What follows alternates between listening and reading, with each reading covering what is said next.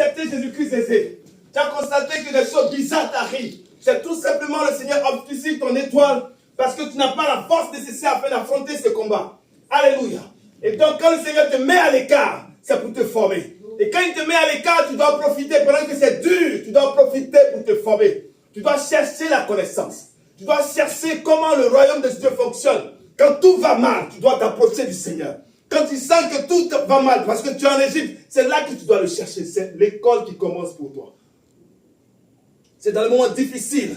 C'est ton étoile qui est obscurcie. Mais c'est ton moment de chercher Dieu. Parce que sans la connaissance, ce n'est pas bon pour ta vie. 2 Pierre 1, verset 2 à 3. Est-ce qu'on peut le lire? Papa Aristide, on vit sur la terre des hommes. Amen. Mais ce n'est pas bon de vivre toi seul. Maman lui dit, ce n'est pas bon de vivre toi seul. Vis avec le Seigneur. Maman Adassa, vis avec le Seigneur. 2 Pierre 1, verset 2 à 3. Alléluia. Et comme les choses sont difficiles, dans ma période de difficulté, c'est là que je vais prendre ma Bible pour être en acquaintance avec le Seigneur. Vas-y, papa. 2 Pierre 1, verset 2 à 3. Que la grâce et la paix vous soient multipliées par la connaissance de Dieu. Je suis ici en Occident, je veux la paix, je veux la grâce de Dieu. Et il dit, si je veux avoir cette paix, si je veux avoir cette grâce de Dieu, il dit, cette grâce doit être multipliée par quoi? Par la connaissance de Dieu et de Jésus-Christ. Par la connaissance de Dieu. Puisque dans mes difficultés, je cherche la connaissance de Dieu, ma paix va commencer à arriver à grands pas. Donc c'est mon action à poser. C'est pas parce que c'est dur, je vais me balader de marabout en marabout, de féticheur en féticheur, de pasteur en pasteur. Non, je m'assois et je vais chercher qui est Dieu dans la Bible. Parce que la Bible, c'est le meilleur remède. C'est le meilleur remède. C'est pourquoi le diable ne veut même pas que tu lises la Bible. Il dit, reprends ça s'il te plaît. Que la grâce et la paix vous soient multipliées. La grâce et la paix vous soient multipliées. Par la connaissance de Dieu et de Jésus notre Seigneur. Par la connaissance de Dieu et de Jésus notre Seigneur. Amen. Ça veut dire que si je monte en connaissance, la paix est multipliée. Amen. Et la grâce de Dieu est multipliée. Amen. Donc on peut être dans le même pays, mais on ne vit pas les mêmes réalités. Parce que moi je cherche à connaître qui est Dieu dans ma vie. C'est dans les difficultés. C'est parce qu'il y a les ténèbres. Il me cache pour pouvoir mieux me former. C'est mon école, c'est mon université. Verset 3. Comme sa divine puissance nous a donné tout ce qui contribue à la vie. Sa divine puissance nous a tout donné, Eric. Papa Eric, sa puissance nous a tout donné. C'est comme si on dit, maman Dao a fini de préparer. Est-ce que tu vas préparer pour prier, pour dire, Seigneur, je t'en supplie, aide-la. Permets qu'elle prépare. Elle a déjà préparé. C'est à toi de te déplacer pour prendre ça sur la table. Il y a des prières qu'on ne fait pas parce que tout est déjà accompli. Amen. Donc c'est à toi, par la connaissance, tu vas aller chercher ça. Regarde ce qu'il dit. Comme sa divine puissance nous a donné tout ce qui contribue à la vie et à la piété, au moyen de la connaissance de celui qui nous a... Au moyen de la connaissance. Ça veut dire que si j'ai la connaissance, ce qu'il a déjà fait pour nous, je peux aller prendre ça. Donc pendant que je suis dans les ténèbres, je dois courir pour aller chercher la connaissance. Amen. Je dois chercher parce que c'est le petit enfant qui a fui. Mais quand tu deviens fils, tu affrontes le diable. Amen. Quand tu deviens fils, je connais des gens qui ne peuvent pas dormir sans être collés au mur dans la chambre. Parce que s'il ne se colle pas, il a peur. Alléluia. Je connais des gens.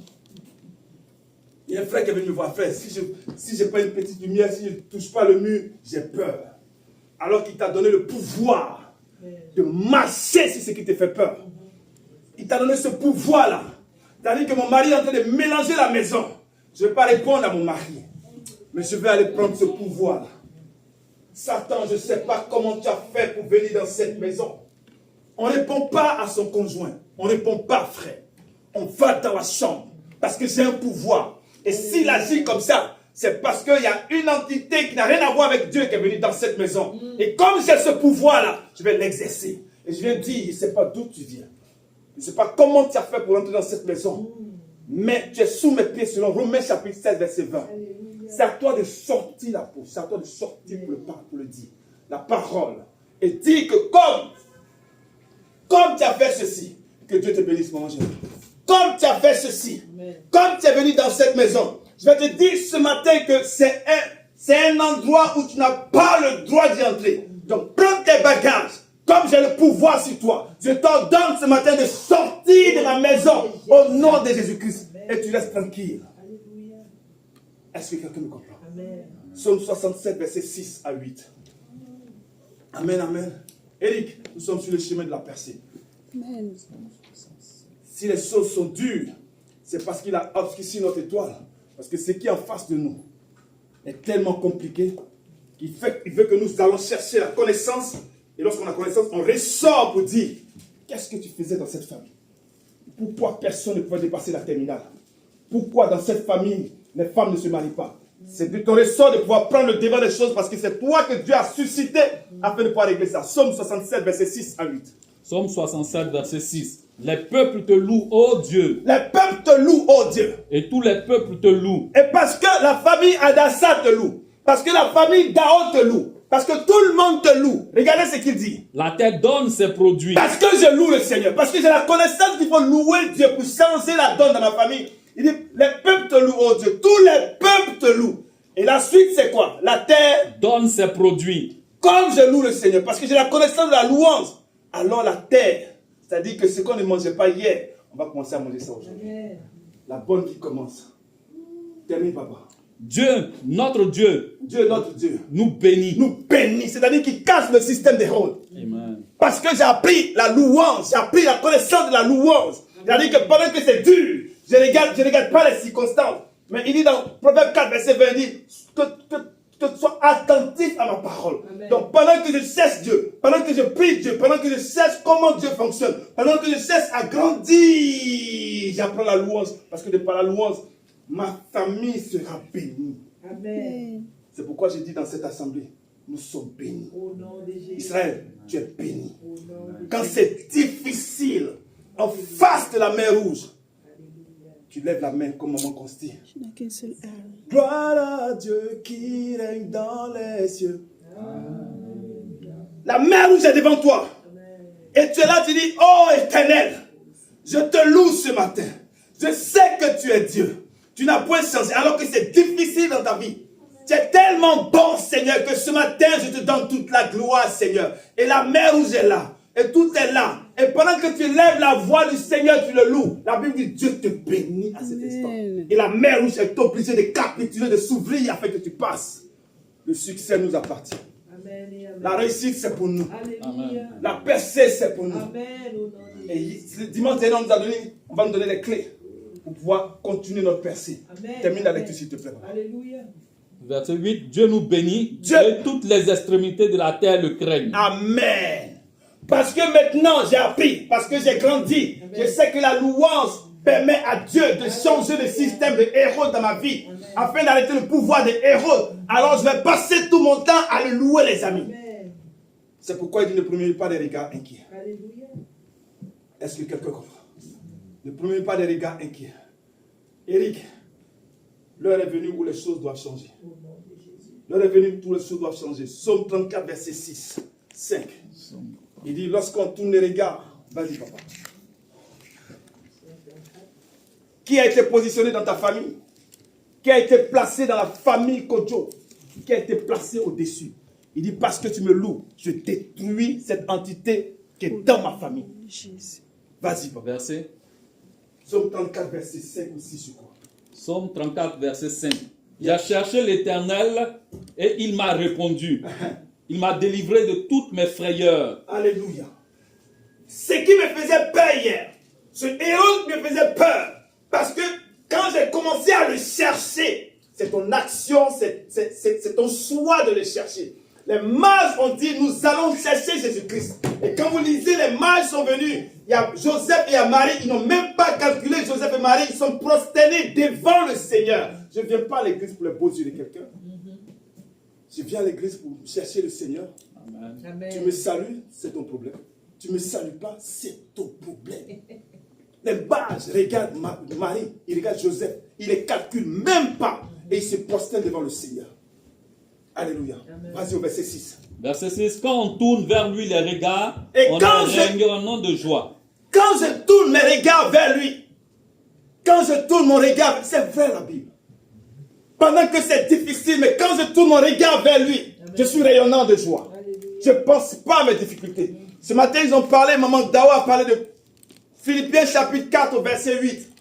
Je ne pense pas à mes problèmes, mais je tourne mes regards vers lui. Et il dit, quand on tourne les regards vers lui, on est rayonnant de joie. On est rayonnant de joie.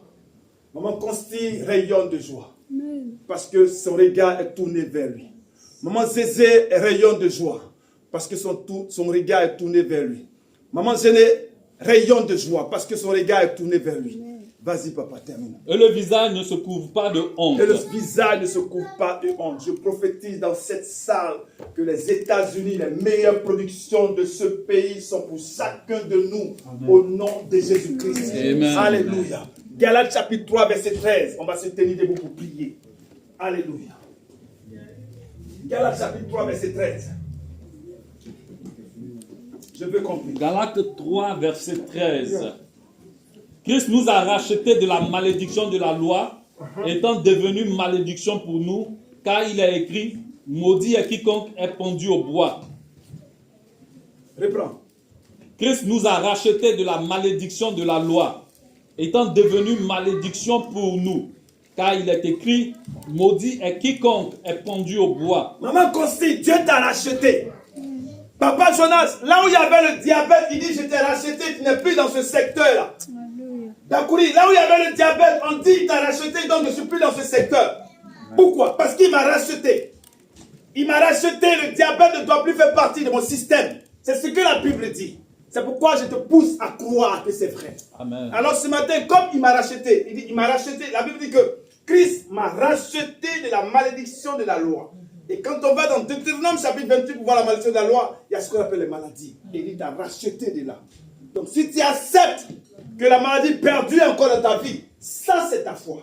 Mais si tu t'assois sur la parole de Dieu pour dire, comme tu m'as racheté, ce matin, ce que j'appelais maladie doit disparaître de mon corps. On se tient debout. C'est ta vie, c'est ma vie. Chacun dit, sur la base de Galates chapitre 3, verset 13, et comme tu m'as racheté de la malédiction de la loi, ce matin le diabète s'arrête. Ce matin le mal de pied s'arrête. Ce matin le mal thoracique s'arrête. Ce matin, si mes trompes étaient bouchées, c'est dans le royaume des ténèbres que les trompes sont bouchées. Mais comme tu m'as racheté de là, je demande à mes trompes de repartir de manière dynamique au nom de Jésus-Christ. Ensemble, élevons la voix. Et prions tout ensemble le Seigneur. Les amis, il n'y a rien de tel quand tu es en bonne santé. Il n'y a rien de tel quand tu es en bonne santé, tu es heureux. Et c'est la volonté de Dieu que chacun de nous soit en bonne santé et heureux sur la terre des hommes.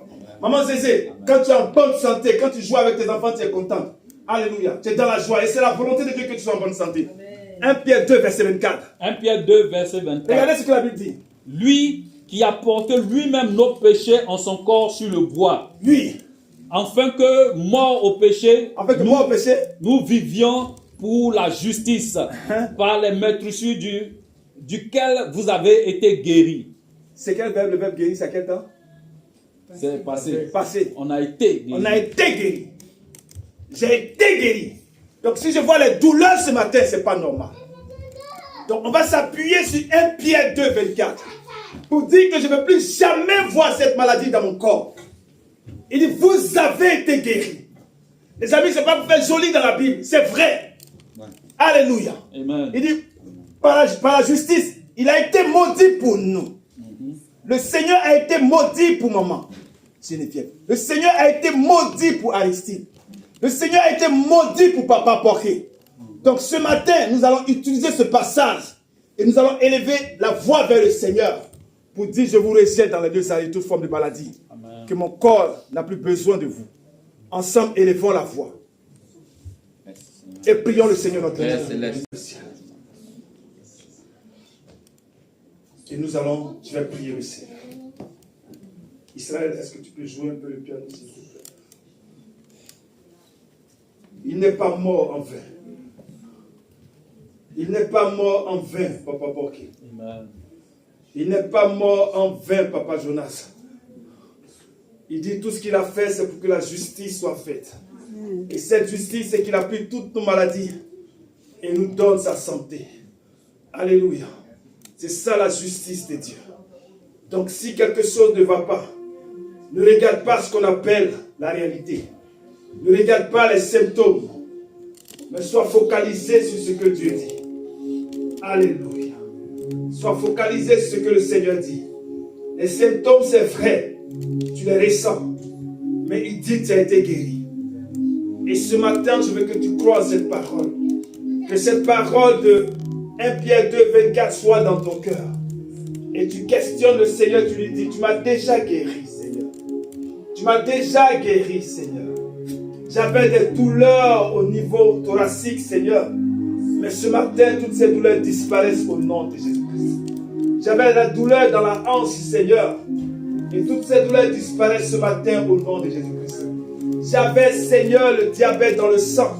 Mais ce matin, ce diabète disparaît, Seigneur. Seigneur, mon Dieu, mon roi, on m'a détecté le cancer. Mais ce matin, ce cancer disparaît au nom de Jésus-Christ. Parce que, Seigneur, nous avons été guéris, Seigneur. Et ce n'est pas manque de connaissance, c'est parce que nous sommes allés en Égypte et que nos étoiles étaient, Seigneur, obscurcies. C'est pourquoi, Seigneur, nous ne savons pas ces choses. Mais tu as permis que la connaissance puisse arriver jusqu'à nous. Et cette connaissance de 1 Pierre 2, 24 qui dit que nous avons été guéris. Alors ce matin, je vais proclamer par ma bouche que je suis guéri. Ce matin, je proclame, Seigneur, que nous sommes tous guéris. Je proclame ce matin que nous sommes tous guéris. Je proclame ce matin que nous sommes tous guéris. Je proclame ce matin que les médicaments s'arrêtent, Seigneur. La santé, Seigneur, prend place maintenant. La santé prend place, Seigneur, mon Dieu, mon roi. La santé prend place, oh Seigneur. La santé prend place dans la vie de chaque personne dans cette salle. La santé prend place, Seigneur, parce que tu es Dieu et ta parole est vraie, Seigneur. Tu as dit que ta parole ne tourne pas à toi sans avoir accompli la raison pour laquelle elle est sortie. Alors ce matin, comme tu as dit que nous avons été guéris, alors je ne fais que dire ce que tu as dit. Nous sommes guéris, toute l'église est guérie. Zézé, Papa Jonas, Dakouri, tout le monde, Maman Costi, tout le monde est guéri ce matin. Parce que Seigneur, c'est ta volonté, Seigneur. C'est ta volonté, comme tu l'as dit dans 3 Jean 2. Je veux que tu prospères à tous égards et sois en bonne santé, comme prospère l'état de ton âme. Seigneur, ta volonté, c'est que nous soyons en bonne santé. Et ce matin, j'impose cette bonne santé dans le corps de chacun de nous, Seigneur. Tu es si bon et merveilleux. Et ce matin, sois béni, Seigneur.